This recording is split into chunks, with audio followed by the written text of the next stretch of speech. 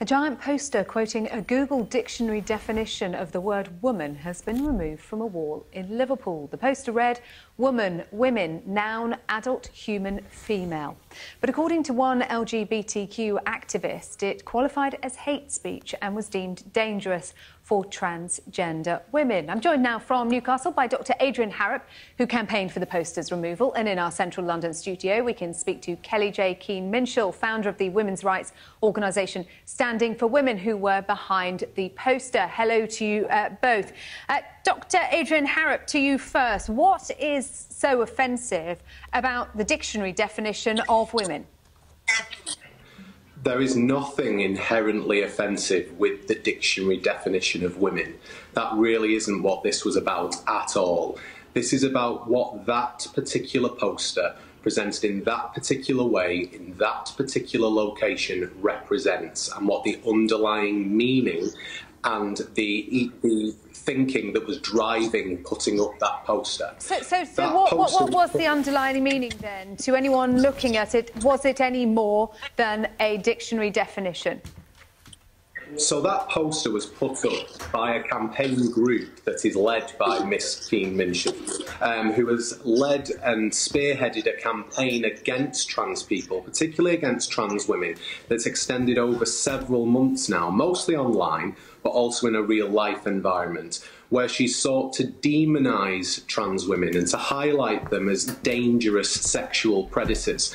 This poster that was put up is a symbol of that campaign. It is that campaign made flesh, as it were, and for transgender people who are living and working in Liverpool, it is a reminder to them that they are under such immense public scrutiny for every single aspect of their identity, their behaviour, their body shape, their appearance. And that campaign is led by this woman, Miss Keane-Minshall, aka Poise Parker. And that's the reason why it should have been taken down. Let's get a response then from Kelly J.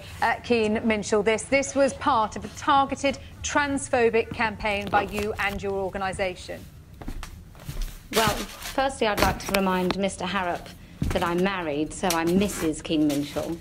And secondly, the point of this campaign was simply to highlight the absurdity that in 2018, saying woman equals adult human female is an offensive thing to say. And Mr. Harrop delightfully has proven that point by having a tantrum and contacting every CEO or every executive on the board of PrimeSite until it got removed. But this wasn't a one-off, though. This wasn't just a poster that you put up with the definition of woman on it. And we should say you're wearing that definition on the T-shirt that you're wearing today, Kelly J, as well. What Mr. Harrop is saying, that this was part of a long-running campaign by you and your organisation, and as such, it was offensive. How is the definition of woman offensive? Adrian Harrop. What a ludicrous thing to say. Adrian Harrop, your response. It really isn't about the definition itself, though, is it, Posey? It's not about that. It's about the fact that you have specifically and explicitly... Mrs. Keane-Minshall, Adrian Harrop. Mrs. Keane-Minshall, I apologise, and it's Dr. Harrop, thank you. You have explicitly excluded trans women from your definition of women. Absolutely, of course I exclude trans women for the definition of woman. Adult human female. That is not something that is appropriate. Would you like to explain to us, as a doctor, what a woman is, Mr. Harrop? A woman, Dr. Harrop, thank you, Mrs. Keane-Minshall. A woman is a person who identifies as a woman. Is that what you do when somebody comes into A&E? You ask their identity before you treat them? Absolutely not, Mrs. Keane-Minshall, and you are fully aware of that. It's not about identity, is it? I do not identify... What you're seeking to do, what you and your misogynistic allies seek to do, is erase what it means to be a woman in law and in life. And that is why this campaign has been absolutely essential. If you didn't push women to the point that we are very, very angry, that we feel we have to protect the language around us by using words like cervix havers, menstruators, cervical cancer, obliterating the word woman, not even using it in campaign material, we wouldn't feel the need to assert the fact that the meaning of woman is only the definition, is only adult human female. So I think the ball is very much in your court. What do you have, Kelly J. Keane-Minshall, against trans women? I don't. I just don't think they're women. So I will counter that point, Mrs. Keane-Minshall, by stating that you have led a directly transphobic campaign that has extended over several months. Where you've attempted as much of a transphobic campaign as you have a misogynist one. You attack, intimidate and harass women on Twitter all the time. Over a period of months, Mrs. Keane-Minshall, and you cannot deny that. You have had a hand in this. Could you remind everyone how many women you have threatened to report to their employers? How many women have you threatened to report to their employers? How many, are you under guidance at the moment because you call women disgusting misogynist names on Twitter? That's not true at all, Mrs. Keane-Minshall, and you know it is. Well, you told a woman on Twitter she didn't delete.